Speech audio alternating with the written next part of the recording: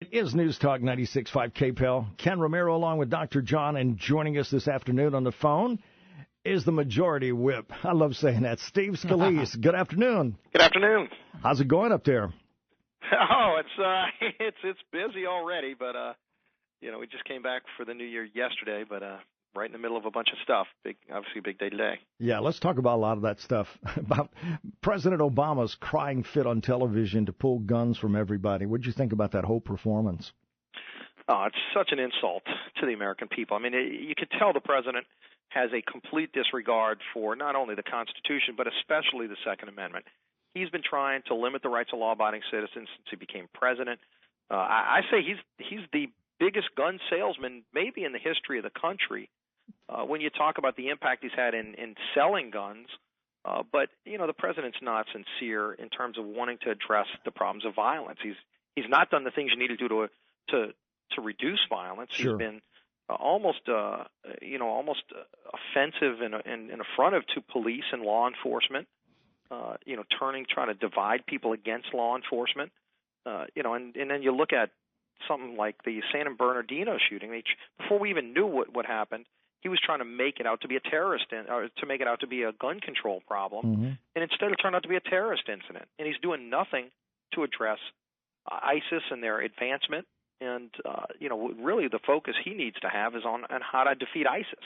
And instead he wants to change the subject and talk about gun control. Absolutely. Steve Scalise joining us here today, the Majority Whip. I agree with you totally on this. I had the view on the Crying Fest was that it wasn't fake, that it was actually genuine, and that makes it even worse because it's such a misplaced sense of priorities because he's preoccupied with something like gun control, which, by the way, it's more than just written on a piece of paper. It is, in fact, the Constitution, which actually means something to most Americans. But you're right. The problem that he's created a toxic climate here where we're talking about guns, getting guns away from law-abiding citizens, and not talking about violence perpetrated against police officers and how this White House has basically allowed that to continue on. Yeah, they've incited some of that violence. They've incited some of that discontent against law enforcement, and I think it's a disservice to the office of president, and it's a disservice to our law enforcement who put their lives on the line every day. They're out there protecting citizens from criminals, and the president's out there before he even knows facts of any kind. If a police officer shoots a citizen, before he knows what the facts are, he's already questioning whether or not the police officer acted correctly. I don't want our law enforcement having to wonder if somebody pulls a gun on them. Gee whiz, is the president going to attack me on this? Am I going to come under fire from the Justice Department if I protect my own life, let alone people in my community?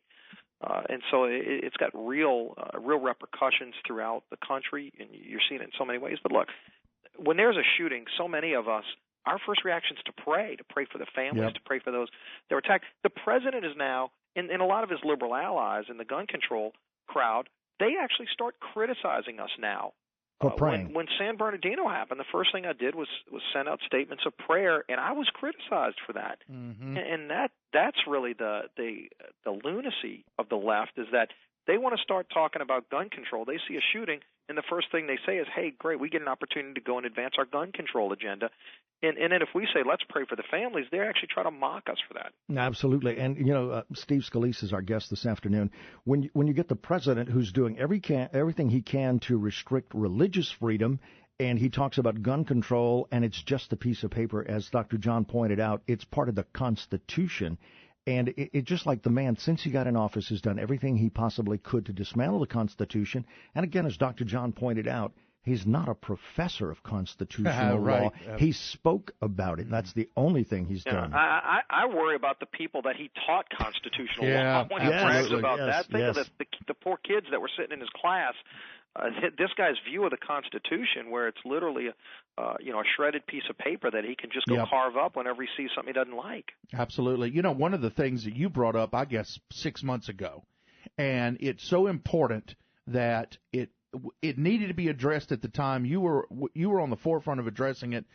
Do we still have any idea of any kind of side deals made with Iran over the nuclear issue? Now the press love to go back and forth and pit this as some kind of debate, this Twitter fest. But it was much more important than that, because you make a mistake with nuclear weapons, there's not a lot of second chances on this. And Iran so far has not demonstrated the ability to earn our trust, much less at the expense of an ally like Israel. Absolutely, and there's so much at stake. And, I was one of those who went out there and was very critical of the president, not only in the Iran deal, but also in these secret side deals. Yep. And when I started pointing out, because, and I've been in classified briefings, and you can't discuss that, but even in public briefings, where people in President Obama's own administration acknowledged that there were side deals. And I said, look, the president ought to release this to the public. If it's part of this bad deal with Iran, the president actually came out and criticized me by name, saying there are no side deals. And I sent him back. We were in a Twitter war, as they called it. Yep. And I sent him back information from his own cabinet officials. And the fact that we still haven't seen them. I mean, I've asked for them to be made public. I haven't been able to read them myself.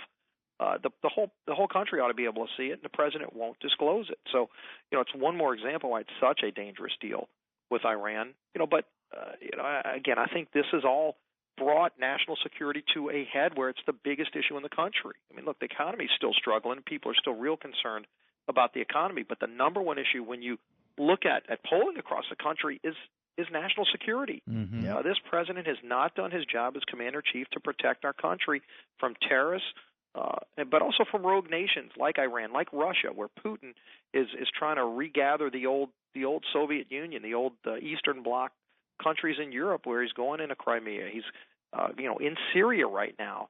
And this president just sits back and does nothing. Absolutely. Well, it has been a pleasure to have you on today, Congressman Scalise. We appreciate you taking the time to join us, and good luck in this coming year.